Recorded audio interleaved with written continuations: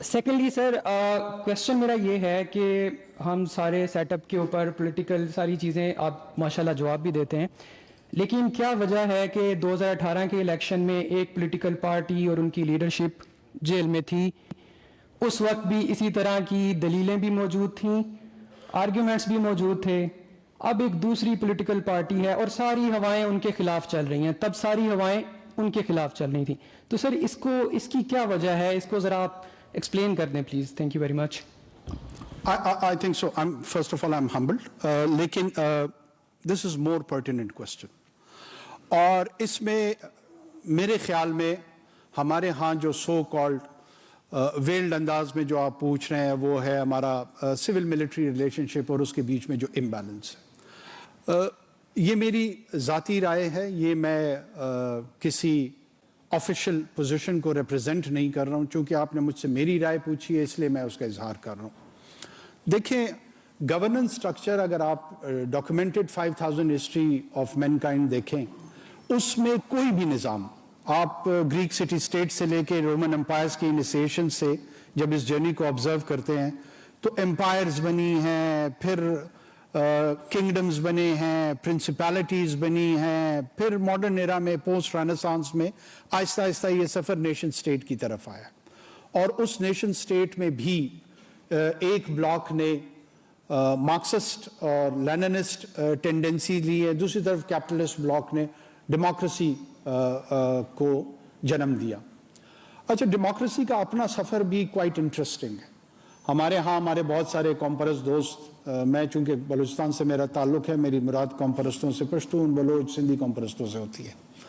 وہ ہمیں اس طرح کا تاثر دیتے تھے جب میں بھی اسٹوڈنٹ لائف میں تھا کہ پاکستان تو ایک ایسی ریاست ہے جو بڑی ریسنٹ ہے.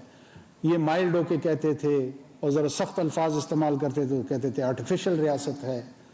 قومیں جو ہیں وہ آپ دیکھیں، ایران قدیم قوم ہے اور جرمن قدیم قوم ہے اور فرینچ قدیم قوم ہے اور اٹالین قدیم قوم ہے. میں بھی اسی طرح کی سپرفیشل انڈرسٹینڈنگ سے گزرتے ہوئے بہت عرصے تک اس غلط فہمی کا شکار رہا. جب کچھ آپ کی طرح تھوڑا بہت میچور ہوا اور خود تقلید کی بجائے تحقیق کرنے کی کوشش کی تو پتہ لگا کہ یہ کوئی اتنے پرانے قومیں نہیں ہیں. سنس ایڈم اینڈ ایو. German unification is post Bismarck experience, 1840 کے بعد کی دہائی کی بات ہے. There was Rome in history, but there was no Italy. Italian unification جو ہے نا، it's again of 130 or 40 years experience.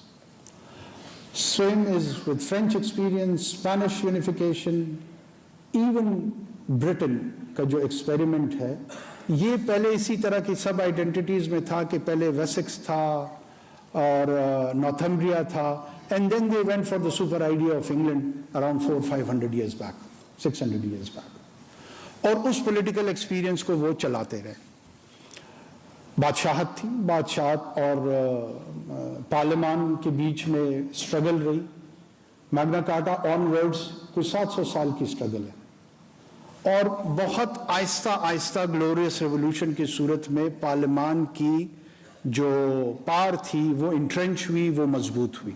دوسری طرف فرینچ ریولوشن آیا، لوگوں کو قتل و غارت گری ہوئی، گیلیٹونز ہوئے، ایک وہ طریقہ ہے. پاکستان میں بھی جب بھی آپ نے اس کوسچن کو سیٹل کرنا ہوگا، ڈیموکریسی اور the government has to be viewed with the indicators of performance. جمہوریت جو ہے وہ کوئی ایسا طرز نظام نہیں ہے جس میں جبریل امین ایک پیغام لے کر آئیں کہ آپ لوگوں نے جمہوری انداز میں رہنا ہے. یہ ٹیسٹڈ اینڈ ٹرائل کے تحت ہمارے پاس پہنچا اور بہت سارے ممالک یہ سمجھتے ہیں کہ یہ اس تجربے سے بہتر گورننس ہوتی ہے. بہتر گورننس کیسے ہوتی ہے کہ آپ کے سوشل سروسز یا سروس ڈیلیوری کا جو ذمہ داری ہے وہ ریاست بہتر انداز میں ادا کرے. سیکیورٹی کے کوسچن کو ریاست، دو بیسک چیزیں ہیں جو اس نے کرنی ہے. جب کسی نظام کے تحت ان دونوں بیسک کرداروں کو اس کی پرفارمنس بہتر نہیں ہوتی ہے تو معاشرے کے باقی جتنی اینٹیٹیز ہیں ان میں سٹریس کریٹ ہوتی ہے اور وہ اپنے تئیں اس کا سلوشن ڈھونڈنے کی کوشش کرتے ہیں.